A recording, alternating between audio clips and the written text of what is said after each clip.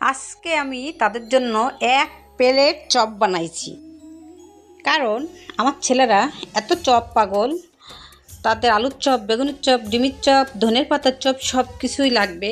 কিন্তু আমরা চপ, মিষ্টি এগুলো খেতে পছন্দ করি না, কারণ আসলে এগুলো স্বাস্থ্যের জন্য ভালো না। কিন্তু তাদের প্রতিদিনই মিষ্টি মিঠাই তো লাগবে, সাথে হচ্ছে চপ লাগবে। তো আমরা আমরা চিড়া, তারপরে হালকা শরবত থাকবে, ফল থাকবে, এগুলো আমরা বেশি পছন্দ করি। কিন্তু একদিন যদি না থাকে তারা মানে অন্যরকম বাহানা শুরু করে দেয়। কিন্তু ছোলা করি আমি প্রতিদিনই। তো এখানে দেখেন আমি এক প্লেট কিন্তু চপ বানাইছি, আর 10 মিনিটের কাজ আমি 2 মিনিটে সেরে ফেলেছি। এই যে পেঁয়াজের ফুল বলেন, কালি বলেন, এটা যে রাবার দিয়ে বাঁধা থাকে না, ওই অবস্থায় আপনি কাটবেন, দেখবেন খুব তাড়াতাড়ি ওটা কাটা হয়ে যাবে। তো আমার ইফতারি রেডি হয়ে গিয়েছে। আমি হচ্ছে রান্না করব ওই রাতে খাওয়ার জন্য, তার জন্য কাটাকুটি করতেছি।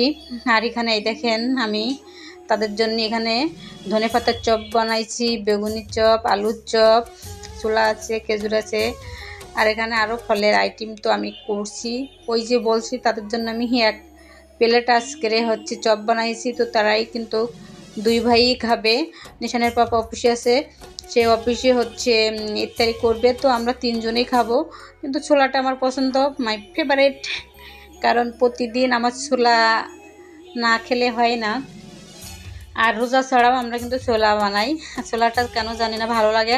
আর আমি একদিন এই যে সিদ্ধ করে রাখি, আরও 3 দিন খাই। মানে আজকে রান্না করেছি, আজ যে সিদ্ধ করে ফ্রিজে রেখে দেবো, নর্মালে রাখবো, আরও 2 দিন খাবো। আবার ফুরাই গেলে আবার সিদ্ধ করে 2-3 দিন রাখবো।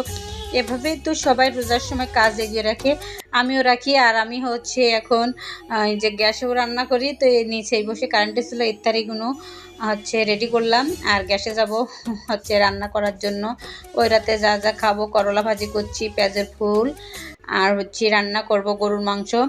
আর এই ওই রাতে জন্য রান্না করব। আর এগুলো হচ্ছে ইফতারের। আর আমরা সন্ধ্যা রাত্রে আর কিছুই খাবো না। মাঝে মধ্যে আমরা রুটি খাই, কিন্তু রোজা এসে ডায়েট সব মানে অন্য নিয়ম হয়ে গেছে, কোনো নিয়ম করে কিছুই হচ্ছে না। তারপরেও রোজার ভিতরে আমরা 2-3 দিন রুটি বানাই খেয়েছি।